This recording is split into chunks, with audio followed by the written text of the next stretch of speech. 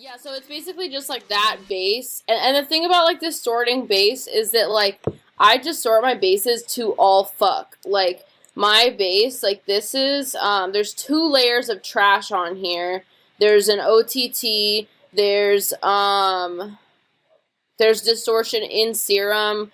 There's a lot of layers of distortion going on. I recommend, like, if you're gonna layer distortion, like, do small things in each layer so that it adds up to like one thing, because I feel like it gives you more control that way.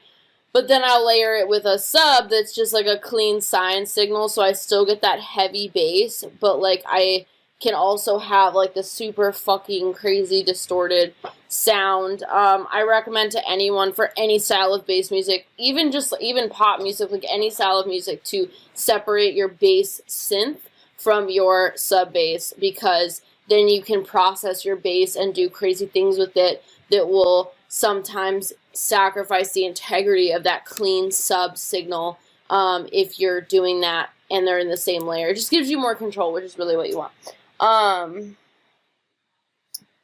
But yeah, we will go over vocal processing. We have a lot of time. I'm pretty sure it's like, yeah, it's like 7:08. Like, we got time, guys. Anyway, sorry, I drank so much. I'm drinking this coffee right now, so if my brain is just woo, then that's why. But so let's see. Do I have lyric tips? Yes, I do have lyric tips. Stream of consciousness writing is really good for writing lyrics. I don't know where to look. I guess in the camera it makes me insecure. Anyway, lyric tips.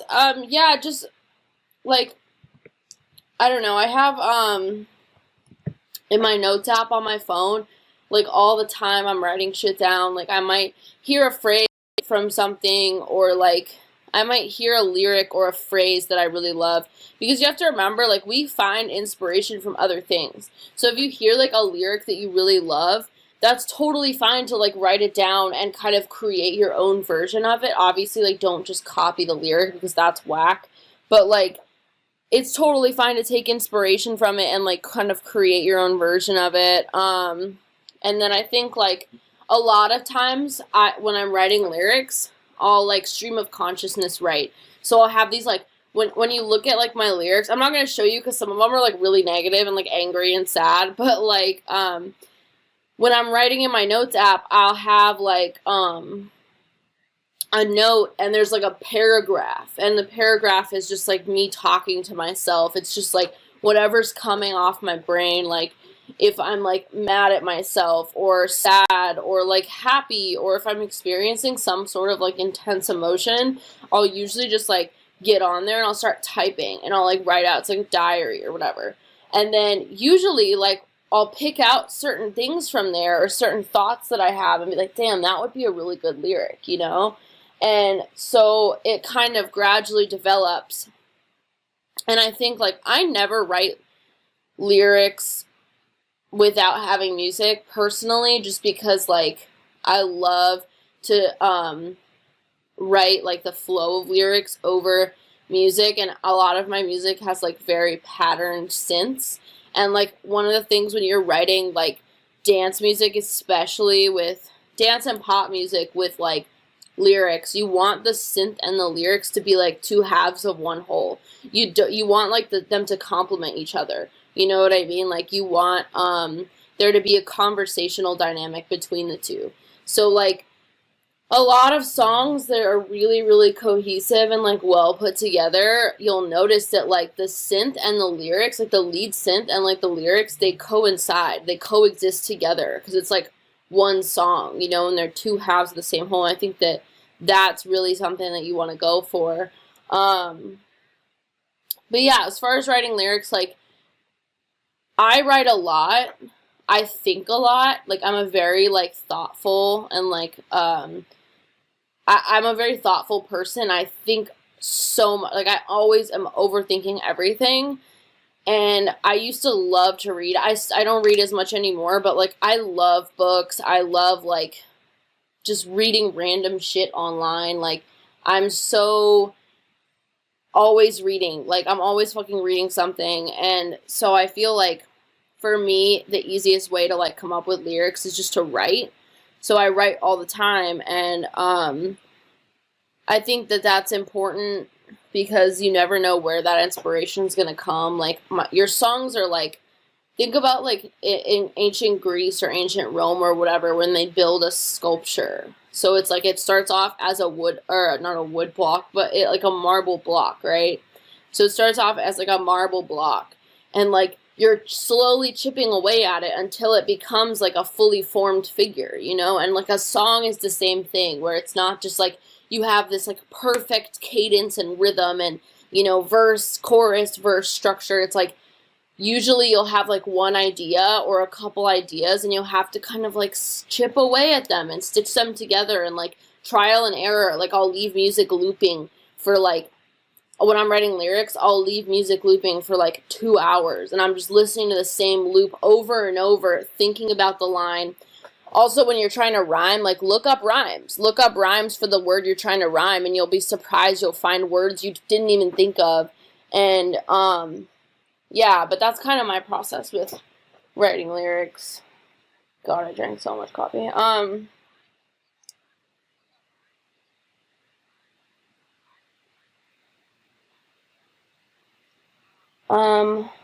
What do I usually start on? Oh, yeah, and it is therapeutic. Jasmine said therapeutic. Yes, it is therapeutic. I love writing lyrics. Sometimes those stream of consciousness writings are like really the best way for me to like communicate my feelings. And that's why it's like, don't have expectations for yourself. Like, to write authentically and to write like good, strong lyrics, like, you can chip away at it. You know what I mean? Like, you can, when you're stream of consciousness writing, like, just fucking write what's in your head. And then that will give you a jumping off place to like write a song from.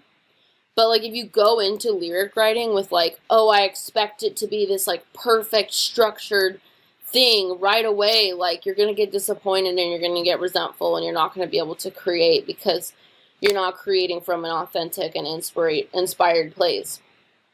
So I think like, just don't expect too much from yourself, you know, just like start writing, write fucking paragraphs, write pages. Sometimes I'll have like it'll be like a kind of poetic like cadence, but it's not really like a lyric yet, because sometimes with lyrics it's like less is more. So you might want to say a lot, but there's like a simpler way to say it, especially in like pop and dance music. So I think like, just be easy on yourself and like do your best to like slowly chip away at it until you get something that you like. What do I usually start on when I work on a song?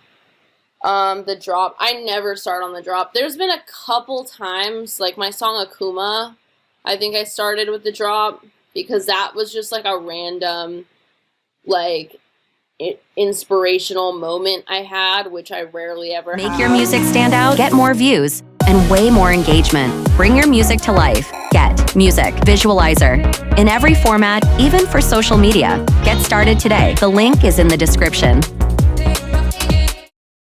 Ever have, where I just kind of thought of this rhythm, and I was like, that would be sick, but I really rarely start on the drop,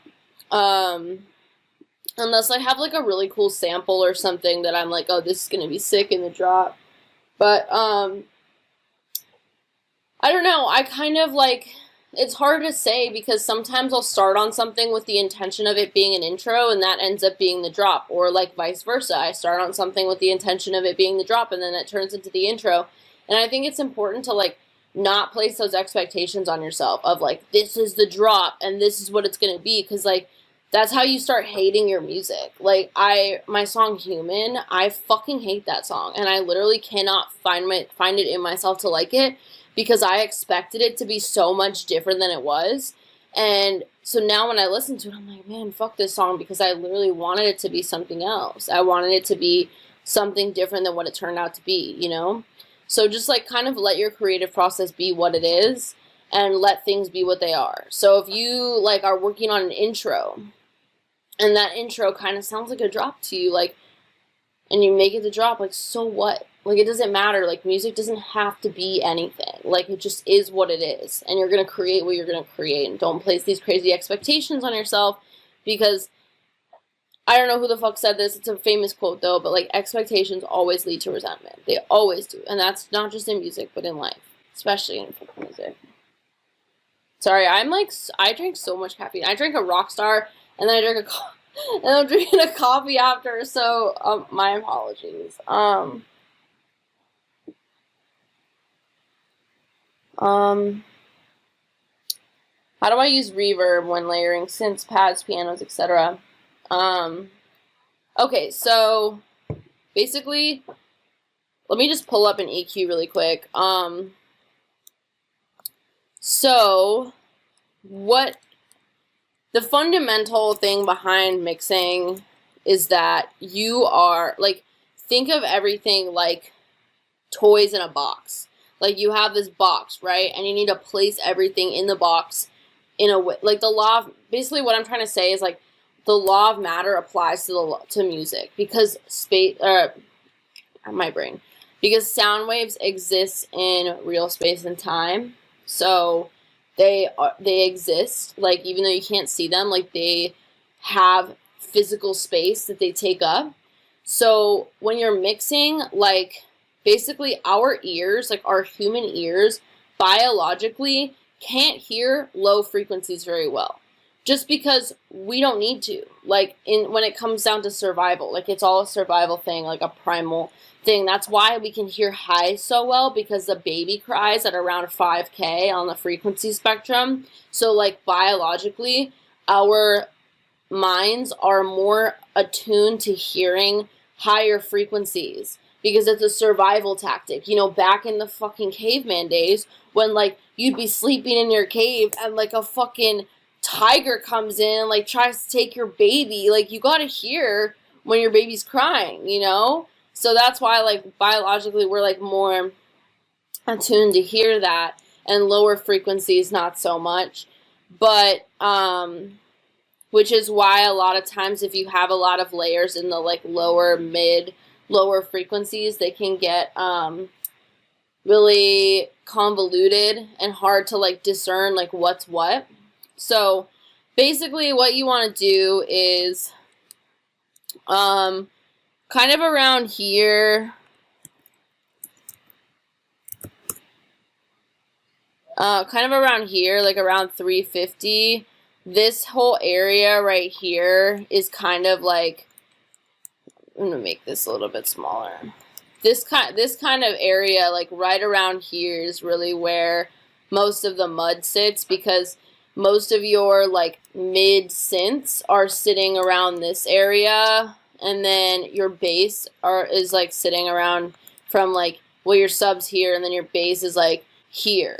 So, like, a lot of those, like, mid frequencies and those bass frequencies are, like, clashing. So what you want to do is, like, you want to go through each sound and kind of sweep through it.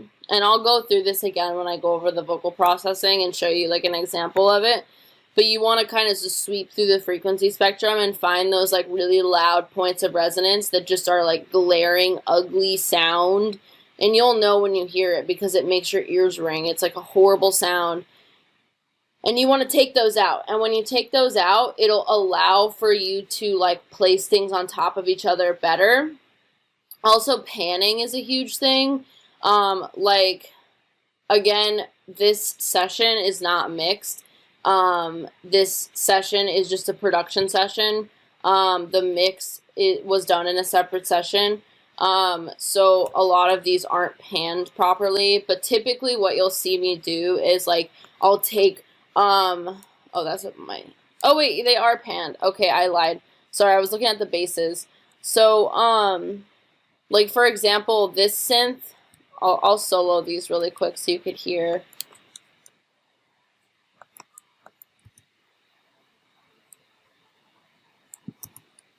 I don't know why it's so quiet, man.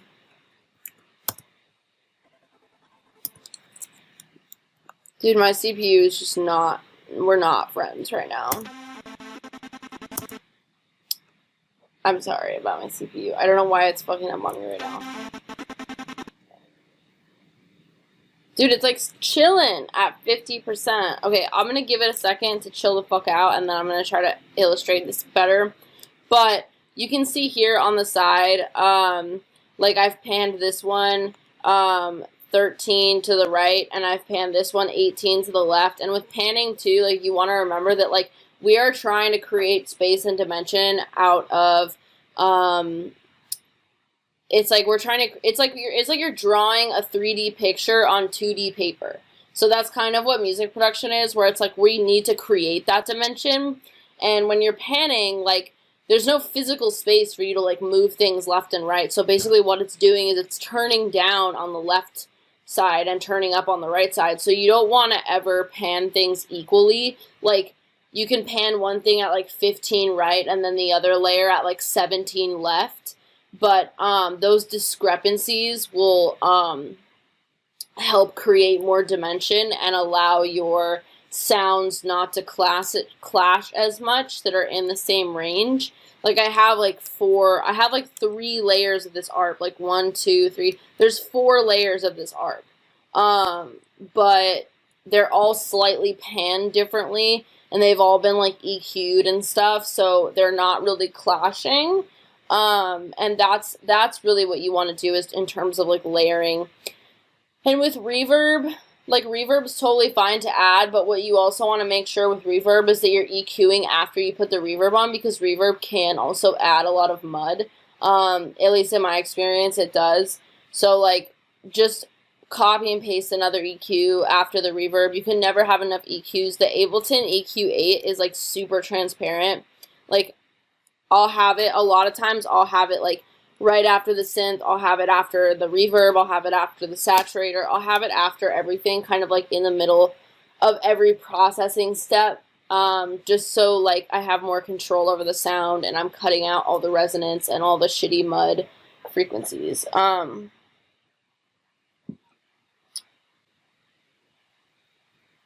it goes the same thing for vocals, like vocal layering, you want to pan. If you're going to do reverb, you know, use an EQ, sweep the EQ through the vocals. I'm going to show you what I do vocal processing wise in just a second. I'm just going to delete some of these tracks because I feel like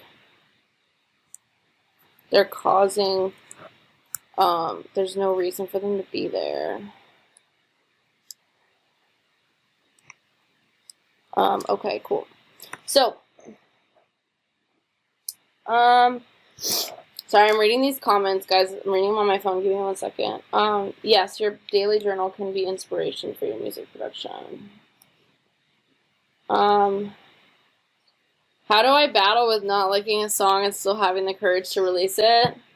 Fuck, that's a, that's a hard question, because I honestly I don't know, it's hard, dude. It's like sometimes I listen to my music and I'm like, damn, this fucking sucks. And then other times I listen to it and I'm like, I am the best producer to ever live. So it's like hard sometimes. I think that really all you can do, because like there's 2 types of creation, right? There's like creation from fear and there's creation from love and inspiration. And like when you're creating from fear, you're not creating authentically. Like fear of competition, fear of rejection, fear of failure, like all of these things will drive you to create inauthentically. Because it's like your ego takes over and like controls you. And when you're creating from a place of fear and ego, then you're not going to create stuff that's like true to you and like real.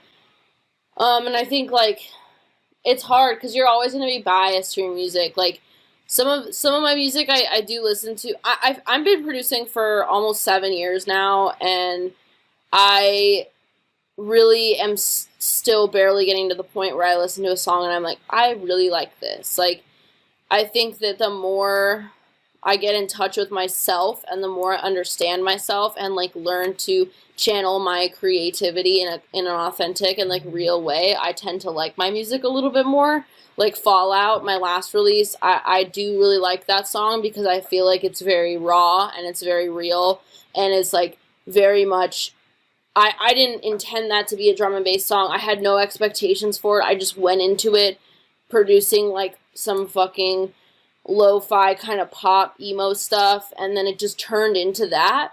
So it like blew me away in terms of like I didn't expect anything from it. Whereas I think with it's like hard as an artist because you're kind of always walking this line between like I need to do something that's consistent with my brand and like consistent with this image and consistent with my sound and doing something that's true to you. And I think that you just want to make sure that like you're always doing what's true to you in a way that's like easily translatable and like works with what you're doing. But sometimes like that can lead you astray. Like I've noticed that with my electro stuff, like it's done well for me and it's cool, but like I find myself when I'm trying to force myself to create that, like I get sad and I get like resentful and I get like annoyed and I hate everything that I make, and I'm like, why am I not like as good as Deadmau5, or why am I not as good as Wolfgang Gardner, or like all these things, you know?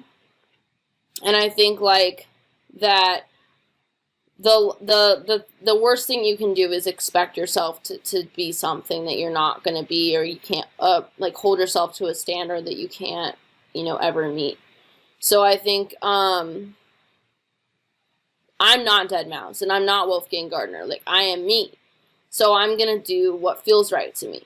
Like with Fallout, when I made that, I literally had like I was just making music. I was just, there was no expectation in mind. And that's why I can listen to it and enjoy it.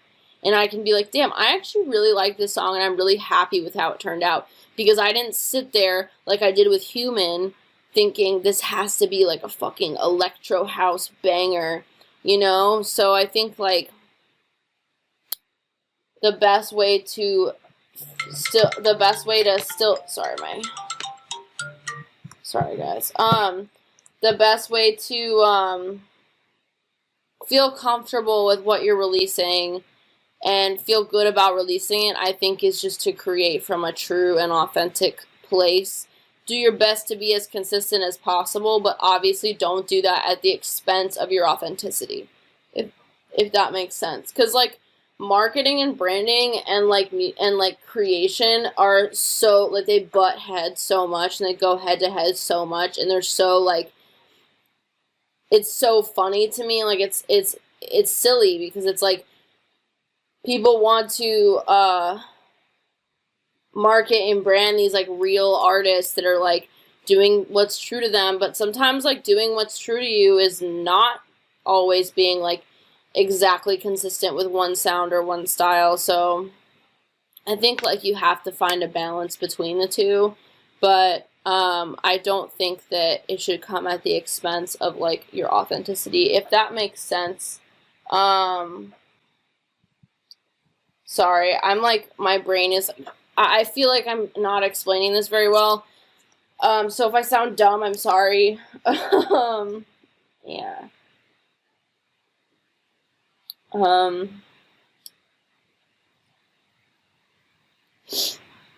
Let's see.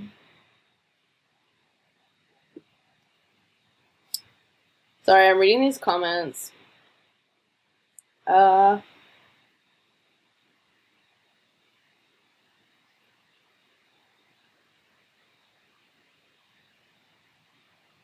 Okay, Sean, wait, where am I? Oh, okay. Do I have any tips for making a drop? I don't know. I really don't know.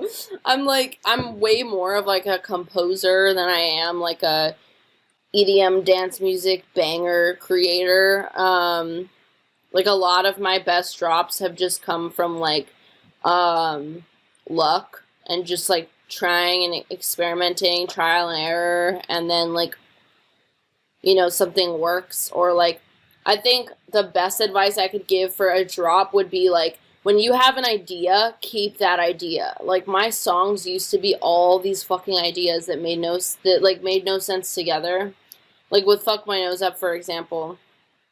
Fuck My Nose Up started out as this super convoluted house record that I didn't really like that much. My manager at the time was like, all right, what I want you to do is I want you to go through and find one 4-bar loop that you like and delete everything else. And I was like, what the fuck are you talking about? Like, delete everything? Like, my hard work? Like, fuck you, bro. You don't see my fucking vision. And then he was like, dude, just listen to me and fucking delete everything except the one 4-bar loop that you like. And I was like, okay, word. So I did it. And it kind of made me realize that, like, dance music songs can seem so insane and complex, and, like, certain genres of dance music, like experimental bass music and things like that, might be slightly different than this. But I'm talking about electro and, like, house music and, like, groove-oriented music. You got one groove, repeat it a bunch of times, maybe change small things in it, like, change a note or two, and then, like, add maybe a melody on top of it, and, like, I think phrasing is super important in a drop, like making sure that, like here, I can show you, so in this drop, we've got, I'm really hoping that I can open up a different project if this one really doesn't want to work, but, god damn it, this is just, I don't know why my CPU is just all of a sudden, probably because I'm recording this. Dude, I'm so sorry. This is really stressful. I can open up another project, maybe. I guess, like, just really quickly, what I will say is, like, phrasing is really important. Like, amidst, like, your, like, let's say you have I'm trying to think of, like, the best way to describe this. Like, let's say you have, like, a 32-bar drop, right? So, like, that 32 bars is going to be broken up several times. So, like, you want, like, one fill in the middle at, like, 16 bars. Like, maybe one fill, and then, like, break it up even more. Then, like, each 8-bar has a phrase, and then each 4 bars has a phrase, and then, like, it's still the same, like, core idea, but you're changing minor things, and you're continuously, like, there's continuous movement. And I feel like that's why you look at Strobe, you look at deadmau5, and he can fucking write a song that is 10 minutes long that people will still listen to, because there is constant movement. There's just solid phrasing. And that's really, I think, the best way to execute a drop. You don't need to do anything, like, super crazy. It's really just about arrangement and phrasing. Like, sound design's cool, and, like, props to you if you're, like, an amazing sound designer. But to me, really, like, I'm not after making the coolest bass in the world. Like, I'm after making, like, a good song and, like, a good record, a timeless record, because you have to think about the fact that, like, like, trends are passing, and hype fades, and hype dies, trends move, but, like, connection is forever, you know what I mean? So, like, why can I listen to Beethoven's music and still feel something from it? Because he was tapping into such a core piece of what makes us human, which is, like, our emotions, you know? So, like, when we're listening to music, like, it's totally fine if you just want to make bass music bangers or whatever, and you just, like, you're about all the sound design stuff, but, like, there is a reason certain types of music and certain artists have, like, transcended, like, generationally, because of the fact that, like, their records are timeless, because no matter what happens in society, no matter what new technology we have, or what new synth we have, or what new trend we have, or this or that, like, the common denominator between us and every human that has lived before us is our humanity and our emotional human condition, you know? So, like, if you can tap into that, your record and your song will surpass trends, and it will surpass hype, which is really what you want to do. But yeah. Sorry, I'm, like, really behind on the comments. So in my drops, they're pretty simple. I just, like, it's a lot of like arrangement, like phrasing, and it's a lot of phrasing and let's see with the drums. Oh, that's not even. I was like, where the fuck are the drums? So with my drums, this is really what my drops look like. You got like a kick here, and then you've got like, dude, I'm gonna have to open up another project because this one is just fucking shitting on me right now. So you got like a kick, you got a layer, you got 3 snares here. Dude, I'm literally just playing the fuck. Do I have anything on the master right now? Maybe if I turn this off. Okay, that's actually significantly better. So this is what I have. I have 3 layers of snares.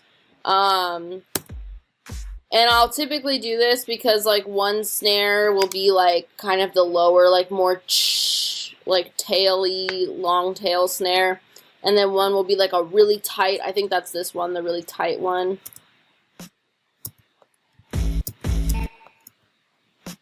So that one has like a really strong transient. So, and again, this whole session is not fully mixed down.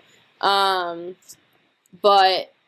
this one has a pretty strong transient, so that's like the main layer. And then I have like 2 other layers. But one thing that I do with my snares a lot, which I definitely recommend doing, is offsetting them. So like these snares, like one layer is 1/64 ahead of the other snare. And I did that because it gives it more dimension. Like, you have to remember that, like, we're not computers, like, we're humans, so, like, we don't hear things perfectly, and when there's, like, slight imperfections, this is why we layer vocals as well, just to tie it back into vocal processing. Like, this is why we layer vocals. Because, like, if I take the same vocal and I just duplicate it a bunch of times, like, it's only going to get louder because I'm not going to be able to hear any differences because I'm not a fucking computer. I'm a human being. So, like, if I sing that same vocal, the reason it gets more dimension and it sounds bigger and more full is because there's always going to be slight differences. Because, again, I'm not a computer. I'm not a robot. So, like, when I sing the vocal a second time, it could sound almost identical. But no matter what, there's going to be small differences in, like, small things. And that's why it gives it more dimension. So, like, if I take this snare out, I'll show you. If I take this snare out, it sounds like this. If I put it back in, it sounds like this. So that slight offset, like, gives... Everything's already frozen, dude. I'm like... Everything's already frozen, aside from the drums, and I don't see why the drums would cause that much issues with the CPU. But I'll open another project.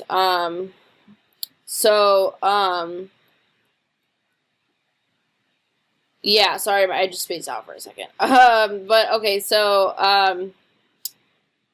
the second snare, like, the offset on the second snare, like, just adds more dimension. So just to kind of, like, A-B it again, like...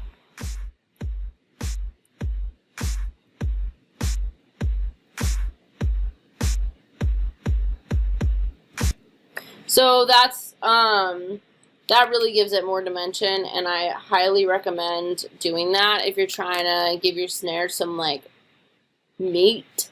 Sorry, I'm dumb. Let's see,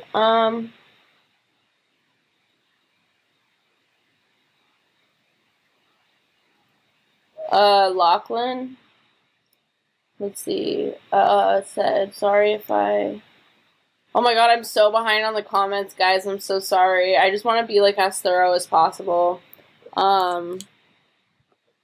We still have, like, 40 minutes, or 50 minutes, so we're good, but, yeah, with layering, I did already go over that, but I'll do it again. With layering, I think that the invisible limiter was really what was fucking me right now. But, like, so I'll do a lot of panning. Like, this one is 13 right, this one's 18 left. And I do, I do a lot of panning and, like, making sure that I sweep through, like, here, I'll show you.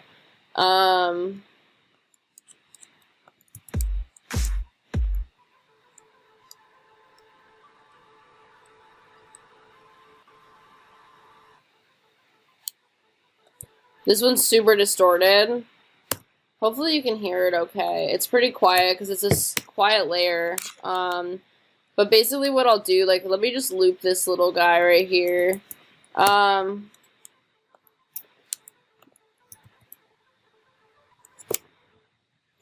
I'll add an EQ, and then I'll just go through it and kind of do this. And that distortion is on purpose. Like, I like distorting things like that. I just like the kind of sound it gives. But what I'll do is, let's say I had this down here. In order to, like, get solid layers, like, you just want to be meticulous about it. You want to, like, go through. So, like, that's really loud. So that's, like, super resonant. So I'm just going to bring it down. And then I'm going to do it again. And just sweep them through. Like, there's another one.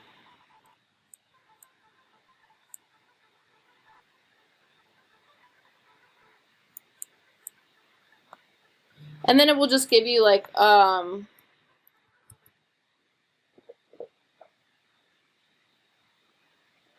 okay, sorry, I think that you guys, it's going to be kind of quiet.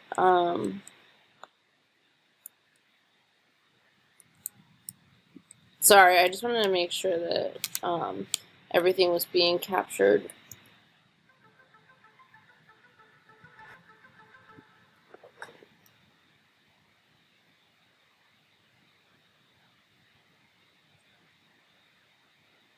Can you guys hear me?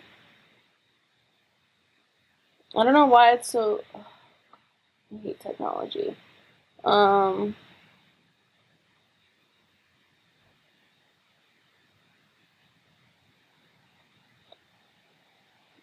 on, I'm catching up on these comments.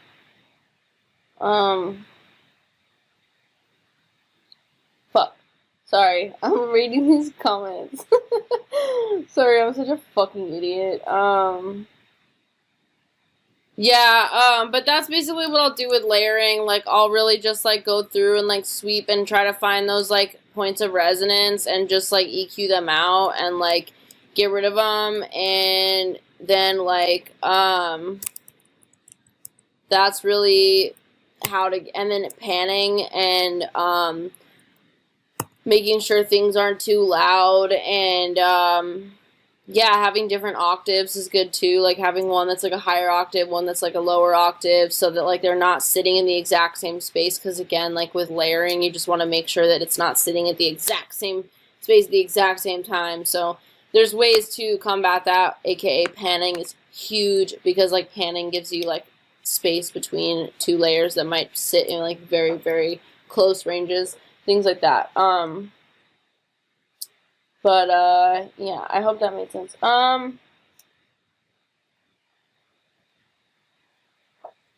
Let's see, oh, I'm so glad you liked Fallout, Jasmine, and Nathan. Let's see.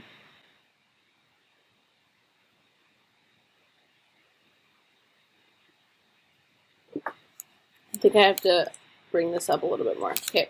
Cool. Okay, so if I can expand on the producing out of fear thing. Sorry, I'm really behind in the comments. I am slow in the brain, so I'm gonna do my best to keep up, but I want to be as thorough as possible. So, oh, I still got juice in there. So, anyways, if I can expand on the producing out of fear. So, okay, I guess the best way to, I love talking about this because I think it's so important to, like, the creative process, but, like, fear is the most powerful weapon, like, against anybody, you know, like, it can stop you from doing everything. And like forget guns, like forget knives, like no fucking weapon is as powerful as like making somebody afraid of something. And I think that sometimes when we're newer producers, we get so caught up in fear because we like are afraid that this is all going to be for nothing. Like we're afraid that like nobody's ever going to give a fuck, or like that nobody's going to like my music, or we're afraid that like I'm not going to be able to achieve what I wanted, or like I'm not going to be able to like reach my goals, or whatever the fear is, like whatever the fear is. And I think that like that's why you really want to like take inventory when you're producing and like think about what your intention is behind creating. Like I never force myself to make music. I mean, sometimes I will if I have like a fucking deadline or whatever, but like it's always really hard. I don't force myself to make music because if I place expectations on myself, like I get so miserable so fast. And I'm just like, you know what? Like this past year, I released, I think, 5 songs total, 3 of them being at the end of the year. I released 2 songs the first 7 months of the year because I just wasn't inspired to create. Like I was taking care of myself and my mental health. And like, I think that that's important. Like you come first before your music. So like you have to take care of yourself and think about like why you're creating, because if you allow like the fear and the ego and all that stuff to consume you, like you will be so miserable, and like it'll bleed out into your life, and your life will just be really shitty. And you might have everything you ever dreamed of, but it's not going to mean shit because you're not going to be happy. And I think that, you know, because one thing about music is that if you told me 5 years ago that I would be where I'm at now, I would have like thought that all of my problems were going to be solved. I'd be like, I'm releasing on labels and like people that I've always wanted to notice me are noticing me. Like I'm happy. Like I should be happy. When it's like, no, I'm not fucking happy. That shit doesn't make you happy. It's all external. Like what's gonna make you happy is like creating authentically. Like I listen to like Fallout, for example, and it makes me happy to listen to because I know that it's truth and I know that it's authenticity. Whereas I listen to Human, I listen to like, I don't know, some of my older like bass heavy tracks, which I do like. They go off live. They're cool. I fuck with them. Like they're fun, but like there's not a lot of like truth to it. I think. I mean, they are like authentic to a certain extent, but I was very caught up in like I need to be this. I need to sound this way to like promote my brand in this way, and now I'm kind of like whatever, I'll release a drum and bass track, who fucking cares, because like that's just what feels right to me in the moment. And I think that like in the beginning it's important to maintain some semblance of consistency, because if you want to make it in this business setting and it like as a DJ or whatever, like people need to know how to market you, which is annoying, but like, and it shouldn't be that way. It should just be all about the music. But, like, that's just kind of how it is. So it's kind of like if you want to play the game, if you want to change the game, you have to play it for a little bit. And I think that, like, question your intentions when you're creating. Like, question your intentions. Like, I used to get salty at other artists that were friends of mine because they were doing better than me. And they rose to success quicker. And I'm like, what the fuck does that do for me?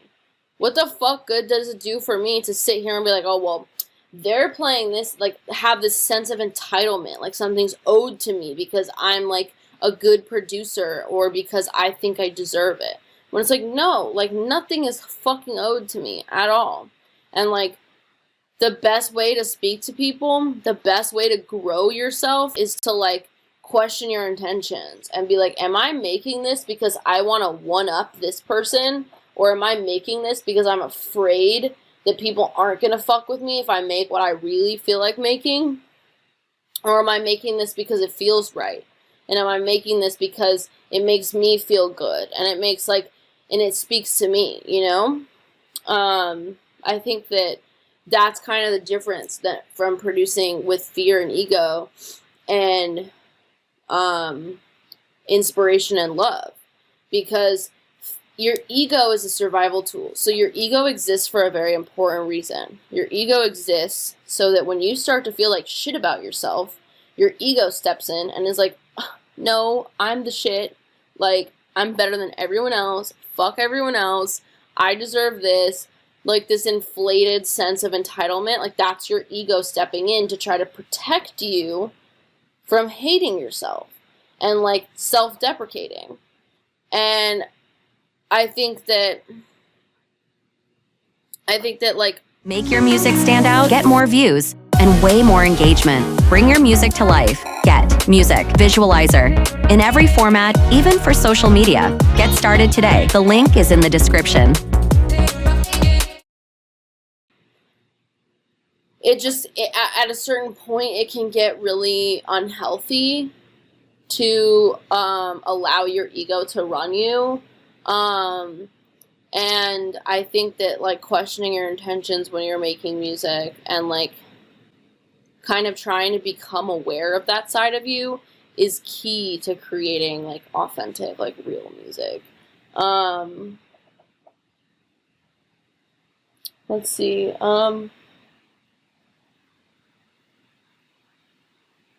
Nathan says he struggles with phrasing. Listen to classical music. That's my best advice as far as phrasing goes. Like, listen to classical music, man. Like, there's a lot of shit to be taken from classical music, like Debussy, Beethoven, Rachmaninoff, Bach, like Mozart, all those motherfuckers. Like, they knew what was up as far as arrangement goes because that's all they had. You know, and I think that kind of gets lost sometimes now with bass music because so much of the focus is placed on sound design and like technical aspects that like make your song cool and interesting, but don't make it a good record. There's so many dubstep songs I've heard that I've been like, oh, that sound is cool, but the song as a whole is shitty.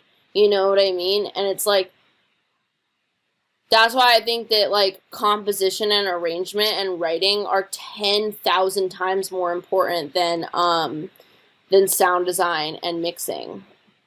I mean, obviously, like, you want to have a good mix and, like, it's cool to have cool sounds, but, like, what's going to speak to people over anything is your songwriting. And because, again, it ties back into that common denominator between people, like, generationally, is their humanity and their emotion and their human condition. So if you can tap into that and you can relate to somebody on that level, like, think of Lil Peep, for example. Lil Peep is a perfect fucking example because his music in the beginning sounded like shit. Like, sonically, it did not sound good. But he was still, like, so insanely loved. I mean, he still is, but, like, when he was alive, like, he was so incredibly, like, revered and loved and respected because of the fact that, like, he spoke truth, you know? Like, and I think that gets lost a little bit in EDM, where people hear and they're like, oh, the mixdown sucks, but, like, don't listen to the song. And, like, because a mixdown can always be improved, you know? Half the time when you fucking release on labels, they don't even want your mixdown. So, like, literally, that's something that can always be improved and made better. But I think, like, what the real focus should be on is, like, creating timeless music, creating a good song, like, writing a solid record, you know? But yeah, okay, so I'm reading these comments. I'm sorry, I'm really behind. Okay.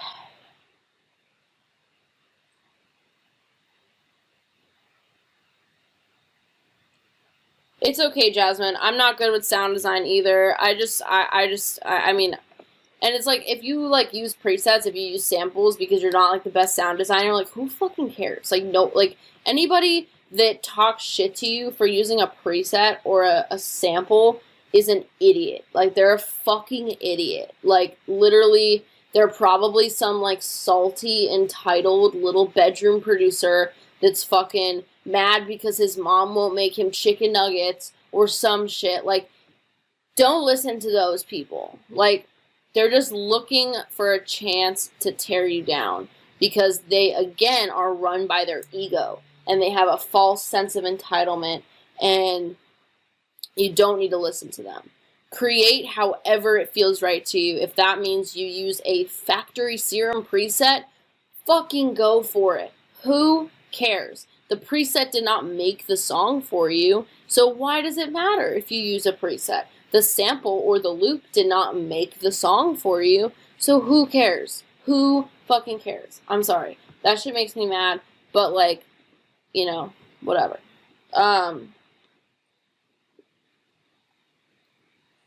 Okay. I am looking.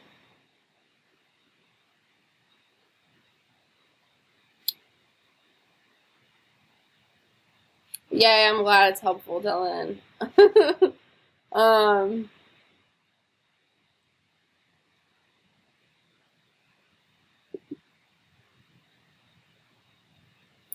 Yeah, I mean, Alex, arrangement is all they had. It is true. It's like all they had was a fucking, like, piano or, like, a harpsichord or whatever the fuck they were playing back then, like, the lute and shit like that. Like, they didn't have, like, fucking, like, Serum and Massive and, like, all this fucking shit that's, like, Beethoven was just, like, posted at a fucking piano, like, focused on the music. Like, when you strip everything down, when you strip all the complexities and the additives and all that shit away, what do you have? You have arrangement, and you have composition, and you have writing.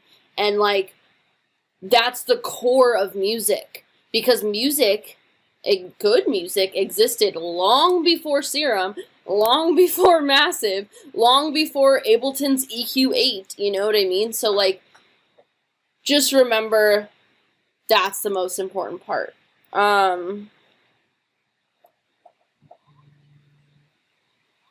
Sorry, I'm reading these. Trying to catch up, guys.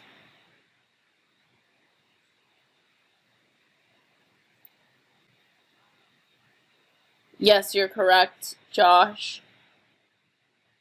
Sorry,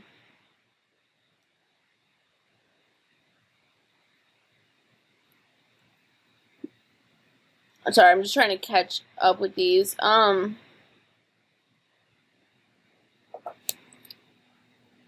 I just want to make sure we still have some time so I can go over vocal processing in a little bit. I have a hair in my mouth. Ew. Anyways, yeah,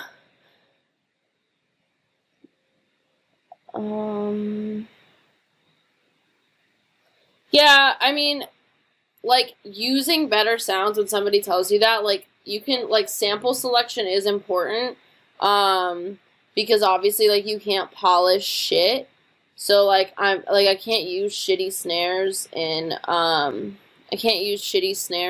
like, in a mix or a song and, like, then expect them to sound good when I put a bunch of processing on them. Like, you want to be meticulous about, like, the samples that you decide on. All I'm saying is that it doesn't matter if you're using, like, loops or presets or samples or whatever. Like, anybody that thinks that, you know, that makes or breaks a good song is clearly stupid and, like, just, I don't know. They're just, like, bedroom haters, like, and you're always gonna get those. Like, I get it all the fucking time. And it is what it is. It's part of the game, but you have to remember, like, you're creating something that's true to you. Like, my Cascade song, for example, or my Cascade remix, I use, like, a straight-up Cashmere loop for, like, the beginning part of that and, like, one of the main synths in it. And, like, people, like, would comment on it, like, thinking they're like, exposing some great secret, being like, that's Cashmere loop number 3 F minor, and I'd be like, okay, yeah, you're right, like, I'm not trying to hide it. It's just like sometimes when you don't have inspiration, you have to search for it. So like that song, I wasn't really inspired in the moment, and I was like looking through samples, found that loop, and was like, oh, I have an idea now. So I took that loop, kept it in there. It sounded good. The loop did not make the song for me.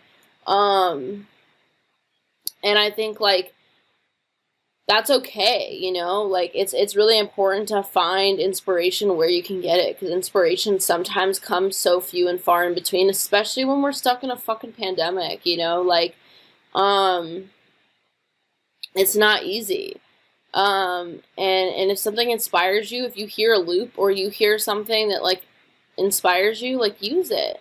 You know, lately I've been doing this thing where I've just been like trolling the internet for like little loops, and I'll make a whole song out of these loops, make a beat out of it, whatever, because that's the, you know, fundamental of creation, is like hearing something, becoming inspired by it, and creating something new.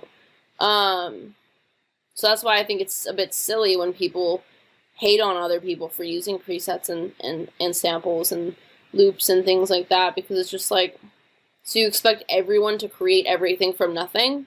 Like, no. Some people might be able to do that, but like, I sure as hell don't know anybody who does. But yeah.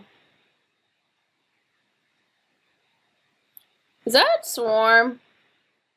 Is that Swarm? What's up, Brandon? But yeah, sorry, I drank so much caffeine today.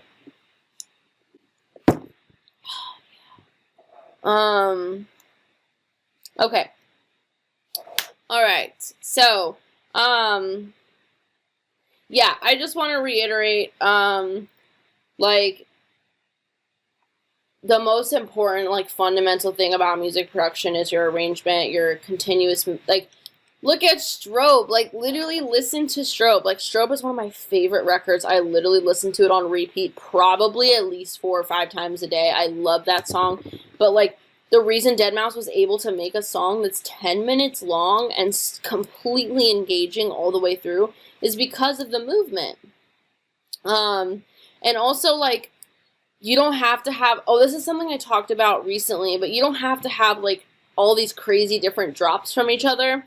I'm going to show you something really quick. Like, in Beethoven's Moonlight Sonata, one of my favorite things about it is that it's literally the same idea, like the same fundamental idea. It's literally like a broken chord, like an arpeggiated chord, and it's just repeated, it's just repeated over and over and over and over and over again. It's just built upon and built upon and built upon, and I think that that's such an amazing thing, because this song is so iconic. It's not gonna get flagged if I play Beethoven because of the pretty sure anything that's more than like it's old enough to where it should be fine, but I don't have to play it if you don't want me to. Sorry, Alex is yelling at me.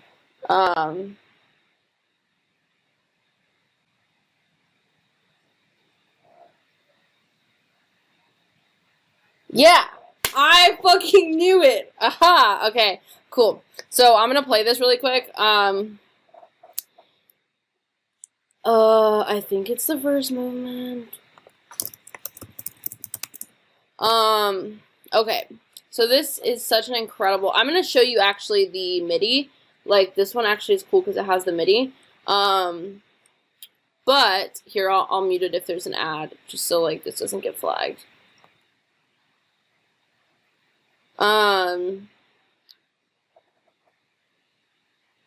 It's okay, Alex. I forgive you for yelling at me. Okay, so yeah, I knew I paid attention for like a day in my music business class, and that's what I learned. So this is the cool thing about the Moonlight Sonata, is this is a really great example of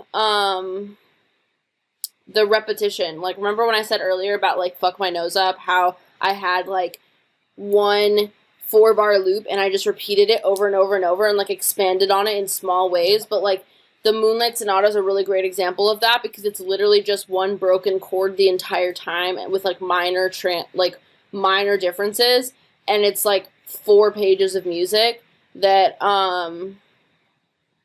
that is completely engaging the entire time.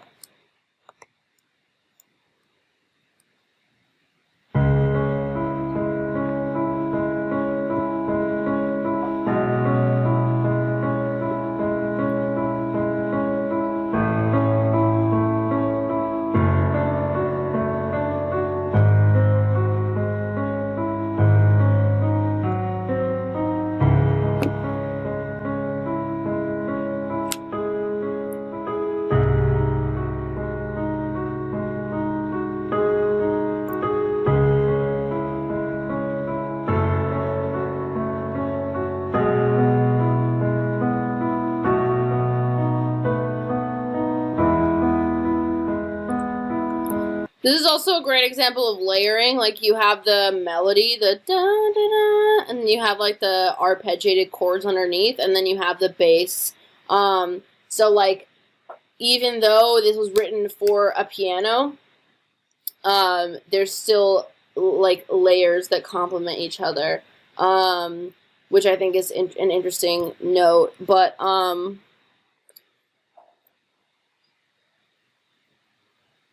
and then, sorry, but if I go deeper into this, I'm not going to play the whole 6 minutes, but if I go deeper into this, like, you'll see it's the same fundamental idea throughout the entire first movement, and the first movement's like 5 or 6 minutes long.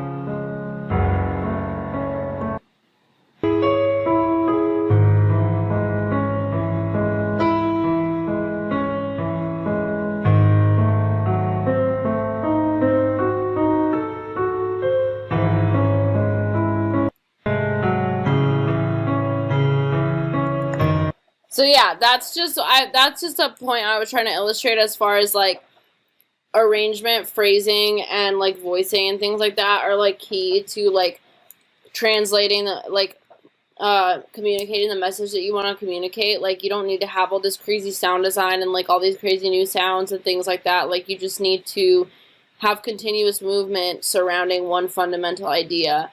Strobe is another really great example of that. I don't think I can play that one because of copyright stuff, but I know that Beethoven is like not going to get flagged by copyright for Beethoven because that motherfucker's been dead for a long ass time. But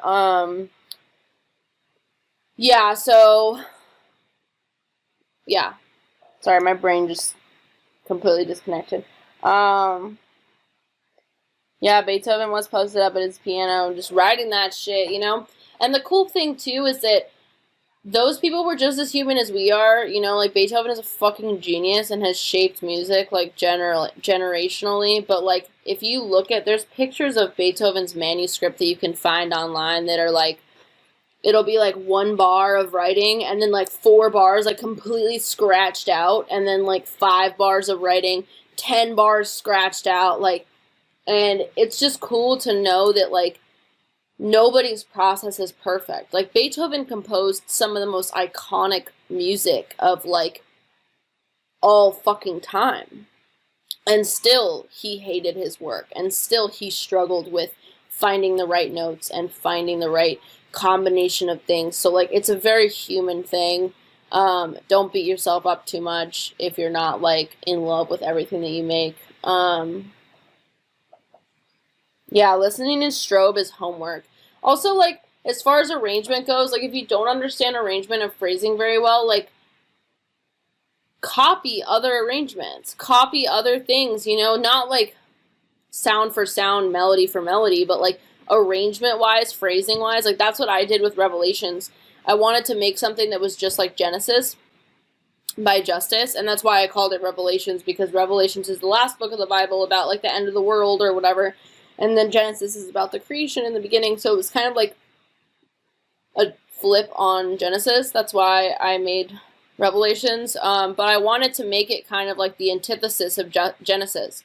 So what I did was I dragged Genesis into my session and I just copied the arrangement. Like I copied where, like this was at the time I didn't really know, like I was still learning really how to produce. So I like went in and I like found where the fills were, like found where everything was and like copied where my stuff was too, so that I could create similar art to the people that I respect. And I'm not like copying them, I'm using them as inspiration. That's the difference, is like I didn't take the melody and like rewrite the melody and like remake the track. I just used the track to create my own version of it.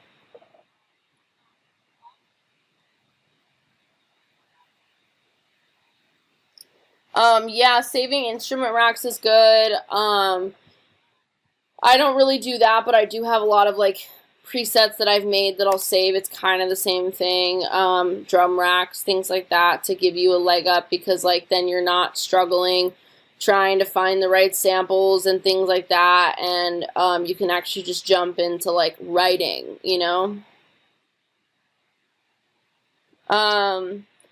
But yeah, I guess I'll go into vocal processing really quickly. It's kind of the same thing. Like I kind of already went over it with like with what was I gonna say, with like layering synths. It's really the same shit. Like what you want to do on your vocals is just my vocal chains are super fucking simple. I don't think that's the lead. I think this is the lead. But fuck, I'm trying to. Where the fuck is the lead?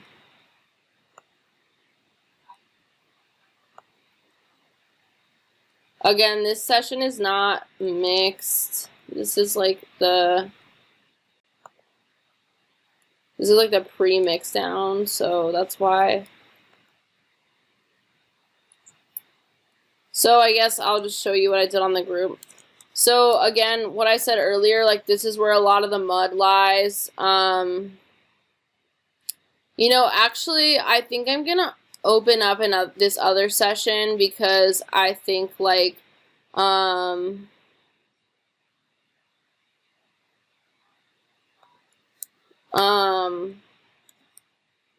yeah, so I'm going to open up this one, because this one I feel like I can show you better, because I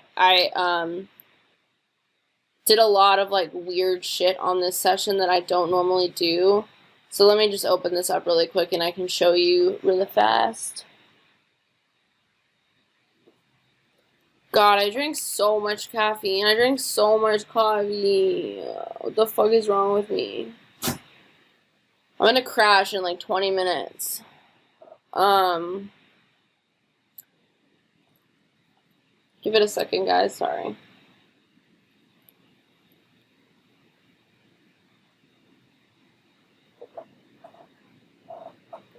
Okay.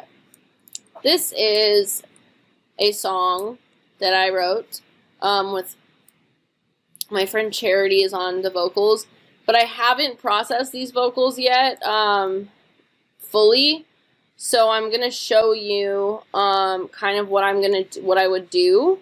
I went back home to what I know. My friends got here. So I'm gonna take this off. So what I'm gonna do is I'm going to, well, actually, let me just duplicate this so I don't get rid of it. So I'm going to turn that one off. And I'm going to get rid of this. Just going to make it like I'm going to get rid of everything first. So just to kind of show you how I would process these vocals, what I would do is I would first, because it's a female vocal, I'm going to cut off pretty much everything below like 150, depending on the vocal. That's really usually where I cut it off around. I went back home Because, like, you don't need any of this shit. And, like, even though it doesn't really show up in the spectrum, like, it still can cause, like, signal disturbances and, like, can create problems in the mix. So it's best to just take it out, even if you don't see it as being a problem. And then I'll take this and I'll sweep it through and find those points of resonance and take those out. I went back home to what I know. My friends got hitched and I'm still alone. They've got a house. I went back home to what I know. My friends got hitched. So there's resonance right there. I don't know if you guys can hear that. It's pretty subtle because this girl is an amazing singer and she obviously recorded it on a really nice mic. But you can hear it right here. I went back home to what I know. My friends got hitched and I'm still alone. So what I'm going to do is I hear that resonance. I'm just going to take that shit right on out. I'm going to just scoop it out of there. Probably make it a little bit more narrow. I went back home to what I know. My friends got hitched and I'm still alone. And then I'm going to do it again. And I'm going to do it as many times as I need to until I feel good about it. So I'm going to do it again. I went back home to what I know. So there's another one. I went back home to what I know. My friends got hitched and I'm still alone. And it kind of hurts your ears, like the resonance, just to give you an idea of what it sounds like. But that's why the best way to hear it is to, like, just fully boost it, and then, like, you'll hear it. And then, so I'll take it out here and make this, like, again, really small. So I'm just taking out, like, those couple frequencies, because I don't want to, like, cut into the vocal too much. I went back home to what I know. And I might do that one more time. I usually do it about 3 or 4 times until I feel, like, comfortable that I'm not, like, sacrificing the integrity of the vocal, but I'm also, like, removing all those points of resonance so I can have, like, 5, 6, 7 vocal layers. Resonance, I don't know the actual definition of the word resonance, but basically, like, a point of resonance is like this. Like, these nasty, like, loud, resonant peaks that you hear and just, like, hurts your ears. This is like... I went back home to what I know. My friends got hitched and I'm still alone. They've got a house, white picket fence, and I've been gone since God knows when. I went back home. I can't really... I think I got most of them out, but let's see. Let me do this other section.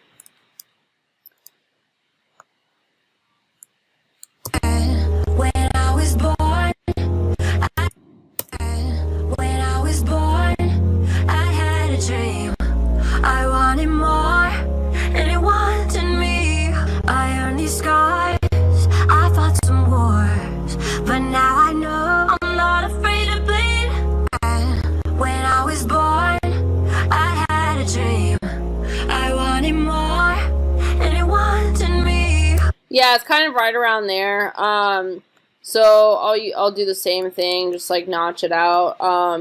But that's what resonance is. Like, resonance is really just like those kind of like sounds that just like are in your ear and you're just like, ow, like when you sweep through the spectrum. But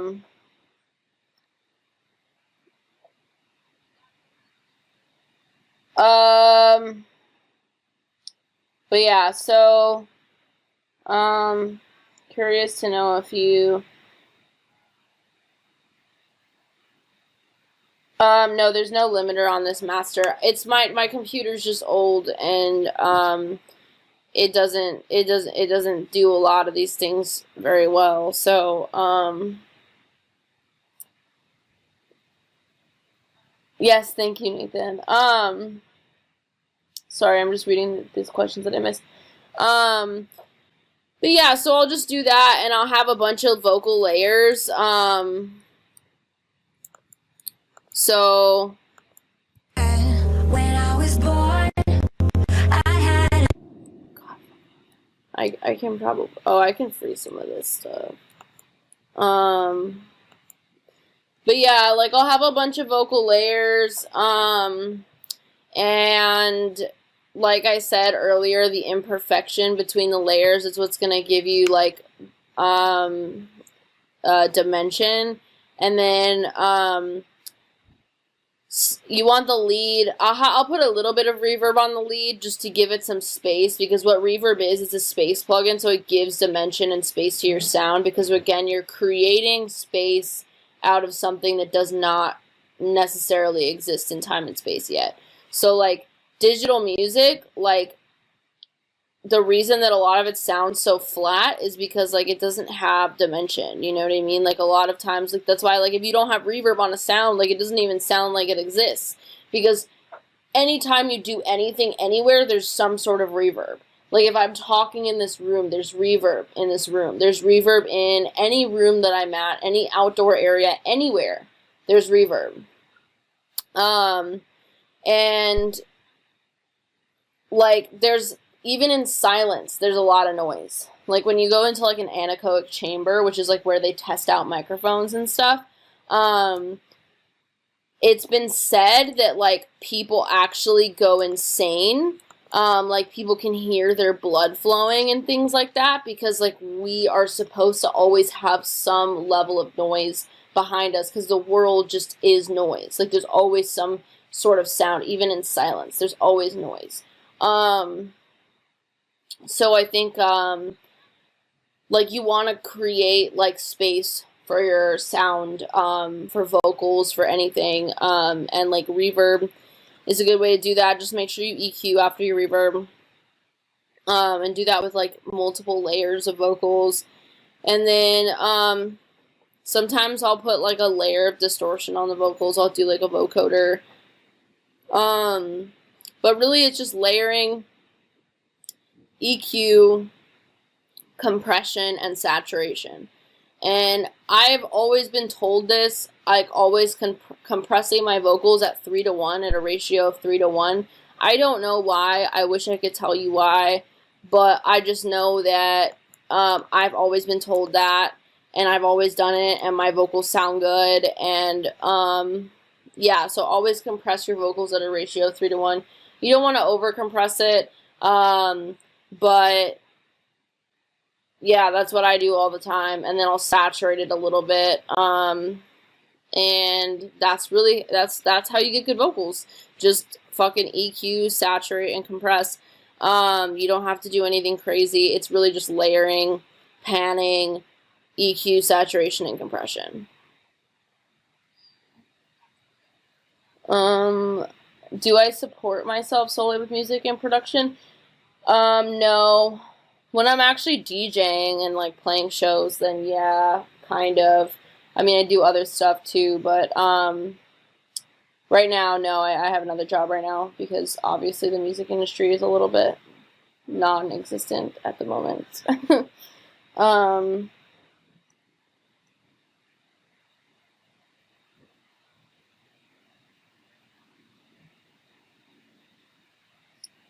Yeah, I use Volume Shaper for sidechain.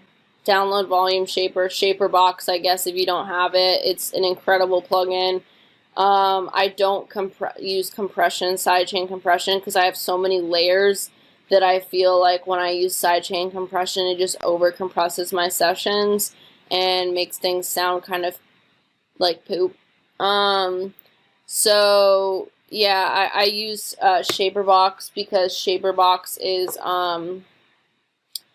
literally just ducking the volume. So that's why I like it. What about transient? Transient is like, Sean, transient is like the loudest point of a sound. So like when you look at, like for example, I'll show you in here.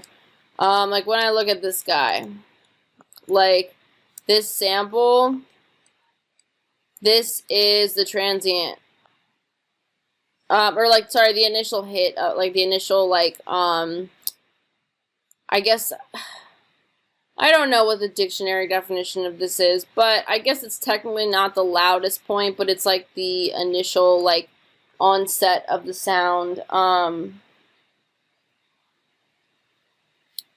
Yeah, so like the transients right here in this sound. This isn't the best example because this I think is a crash, so it gets a little bit louder. But like here, like this is the transient right there. That's the transient. But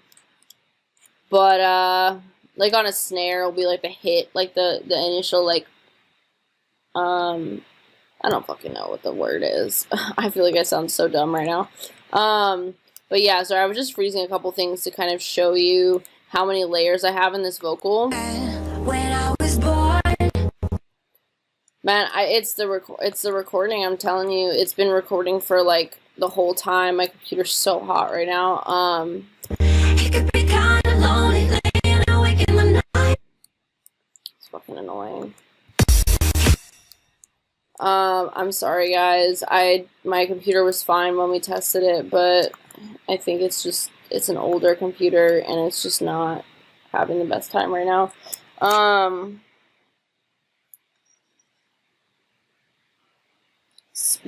Okay, so Alexander asked about sidechain elements. Yeah, Shaper Box is the best way, because it's just automating volume. I really love Shaper Box. You have to set up a MIDI trigger for it, but I can show you how I did that in just a second as soon as this is done freezing. And yeah, it's way better than sidechain compression, because sidechain compression, again, just like can tend to overcompress stuff when you have it like on a bunch of layers. But when you're just automating the volume to duck when you have the trigger, you know, then that's like really all you're asking for and all you need.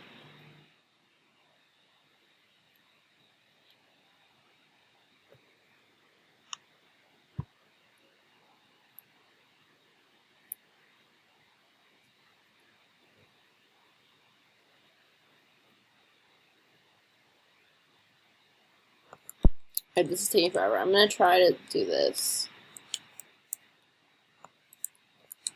Just take the vocals. I have a lot of vocal layers here. Make your music stand out, get more views, and way more engagement. Bring your music to life. Get Music Visualizer. In every format, even for social media. Get started today. The link is in the description.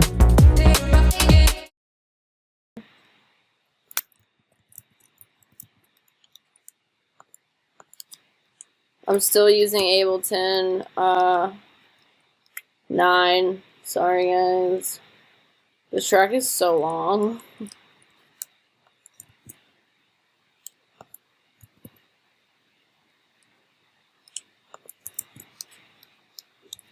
Let's see.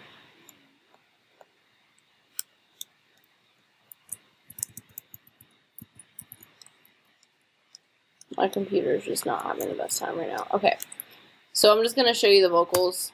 I went back home to what I know. My friends got hitched and I'm still alone. They've got a house, white picket fence, and I've been gone since God knows when. When I was born, I had a dream. I wanted more, and it wanted me. I earned these scars, I fought some wars, but now I know I'm not afraid to bleed. It could be kinda lonely, laying awake in the night, but what if I like the taste of going on my own way? I don't need no one to hold me, saying that I'll be alright. There's something about the chase of going on my own way, and it's not been easy. I live for the thrill, driving at night, dodging my mind, Hollywood Hills. And I'll do, I haven't done it yet in this track, because again, this one's not done yet, but this, what I'll do on like the main vocal layers, I'll do the same thing, is I'll like, when I have like these, crazy long layers. What if I like the taste of going on my own way? I don't need no one to hold me, saying that I'll be alright.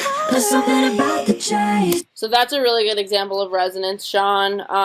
Like you can hear that shit from a mile away. But if I like the taste of going on my own way, I don't need no one to hold me, saying that I'll be alright. There's something about the chase of going on my own way, and it's not been easy. But if I like the taste of going on. Oh, that's another good one. That's a chunky one. That's a thick boy. That's a thick little resonance guy. But if I like the taste of going on my own way, I don't need no one to hold me, saying that I'll be alright. There's something about the chase of going on my own way, and it's not been easy. I live for the thrill, driving at night, dodging my mind, Hollywood Hills. No, it's not been. But if I like the taste of going on my own way, I don't need no one to hold me, saying that I'll be alright. There's something about the chase of going on my own way, and it's not been easy. I live for the thrill, driving at night, dodging my mind, Hollywood Hills. And then this is typically what my vocal EQs look like, because there will be like, especially with a female vocal, typically this is where I find most of the resonance to kind of lie. With my voice too, this is typically where it lies, around these couple, like most of my vocal EQs will have dips like right around here. But yeah, it just creates more space and like makes it, it opens it up more so that there's not as much mud and like nastiness in the mix. And yeah, Sean, yeah, you want to get rid of the resonance. It sounds like shit in a mix, so like you just want to get rid of it. It opens it up more, sounds cleaner. And who wrote the lyrics and composed the singing? I wrote this song with my friend Charity. This is something that's unreleased, but yeah, it's nowhere near done. I mean, it's almost done, but like I'm probably gonna change a couple things. But yeah, she's an incredible singer. And yeah, she and I wrote this song. But I do write a lot of, most of my lyrics I write. She's just, I didn't really know exactly what I wanted with this song vocally. I just kind of gave it to her and was like, yo, like, let's write this. That's like, I gave her some ideas, and then we kind of just built off of it together, and she sent me back this, and I was like, fuck yeah, this is really good. But yeah, so all together, this is what it will sound like. I earned these scars, I fought some wars, but now I know I'm not afraid to bleed. It could be kind of lonely, laying awake in the night. And this is what it sounds like with the EQ. I'm going to A-B it, so like you can hear it with the EQ and without the EQ. And this is on the vocal group. I'll usually compress the individual vocal tracks, but on the group, this is what I have. Usually just an EQ, maybe a glue compressor to like glue everything together. But yeah, so I'm gonna A-B it. It could be kind of lonely, laying awake in the night, but what if I like the taste of going on my own way? I don't need no one to hold me, saying that I'll be alright. There's something about the chase of going on my own way. So you can hear, like, there's just a lot more, like, muddiness to it without the EQ. Yeah, so I think I have it. I think I have the...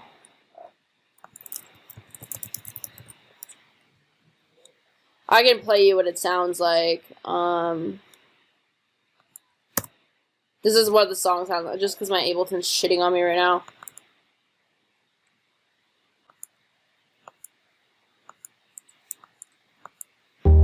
I went back home to what I know. My friends got hitched, and I'm still alone. They've got a house, white picket fence, and I've been gone since God knows when. When I was born, I had a dream. I wanted more, and it wanted me. I earned these scars, I fought some wars, but now I know I'm not afraid to bleed. It could be kind of lonely, laying awake in the night, but what if I like the taste of going on my own way? I don't need no one to hold me, saying that I'll be alright. There's something about the chase of going for the thrill. Driving at night, dodging my mind, Hollywood Hill. No, we stopping easy. Been testing my will. But I only will live for the thrill.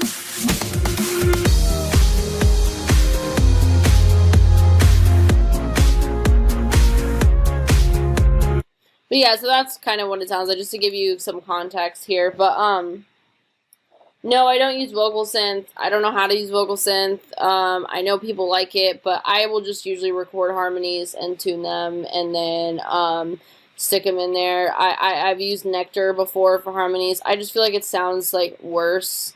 I personally like might use Nectar on like a layer, but I think just recording harmonies is way better.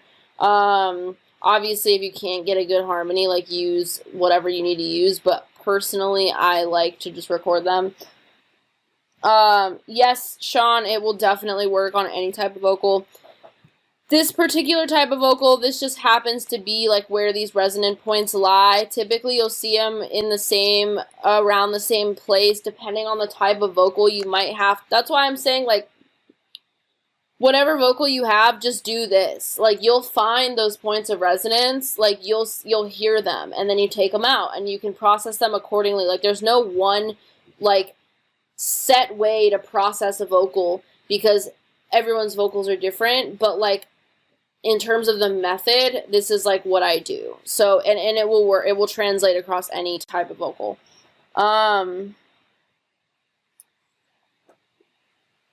When I take out breaths, I just use fades. I'll show you on this one.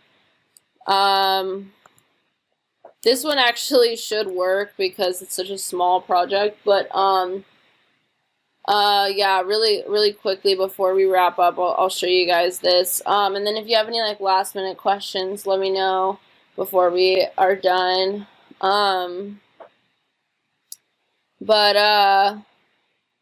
Yeah, so I'll just use, like, fades to take out the breaths. I don't do anything crazy. I just go through, and because my vocals are typically not very long, like, they're typically just, like, little hooks and maybe with a little verse and a hook.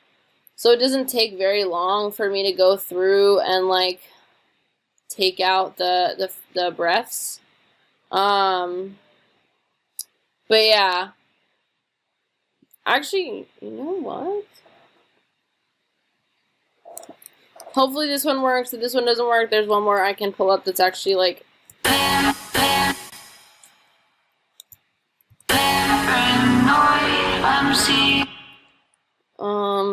let's see.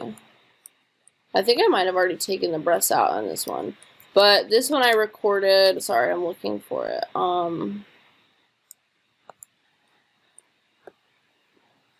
I think this is a better example to show you guys the breaths, because this one I already took out, and, like, rebounced it, so it's hard, you can't really see them.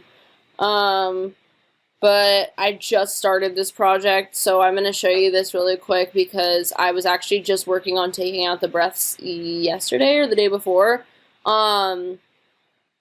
But I think some people will use, like, a plugin for that. I think it's easier to just go through and, like, use fades, because, I don't know, some people like to keep the breaths in. I personally don't like them because they sound, like, very abrasive to me, like, in the middle of a phrase. It just, like, doesn't sound right to me. But see, this is all breath control. Like, these are all fades to control the breath. So,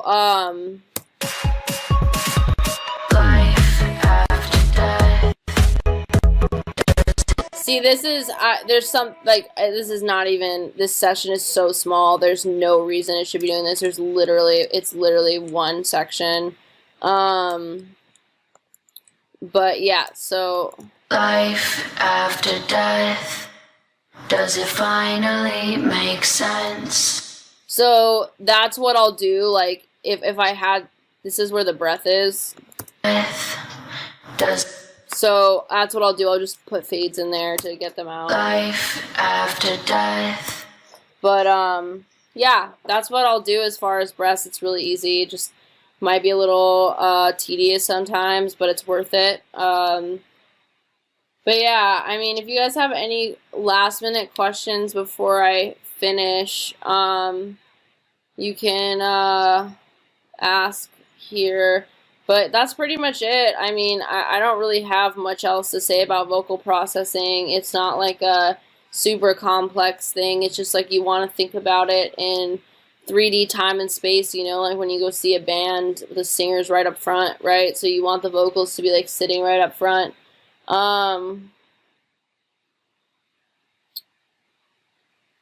I didn't think I kept the breaths. I might have accidentally, or I just don't think I've gone through and taken them out yet. But yeah, I normally don't keep the breaths in there. Sometimes I just forget, honestly. Like with Fallout, there's a couple breaths in there that I forgot to take out.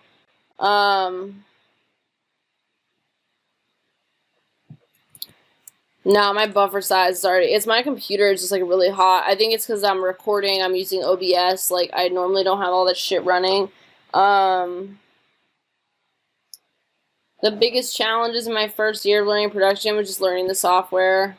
I think like, you know, it's a learning curve for sure. Like I'm good with like arrangement and like songwriting and melody writing and things like that, but like learning the software and like learning how to like make electronic music was difficult for me. So like be easy on yourself and like just try to learn as much as you can. Like don't focus too much on like creating a project and like being an artist if you're just starting out, you know, like just focus on learning as much as you can so that by the time like you really do want to like brand your project and like launch something that you're doing whatever is like, you know, most authentic and whatever comes easiest and best to you, rather than like trying to force yourself to like be something that you're not. Yeah, that's really it.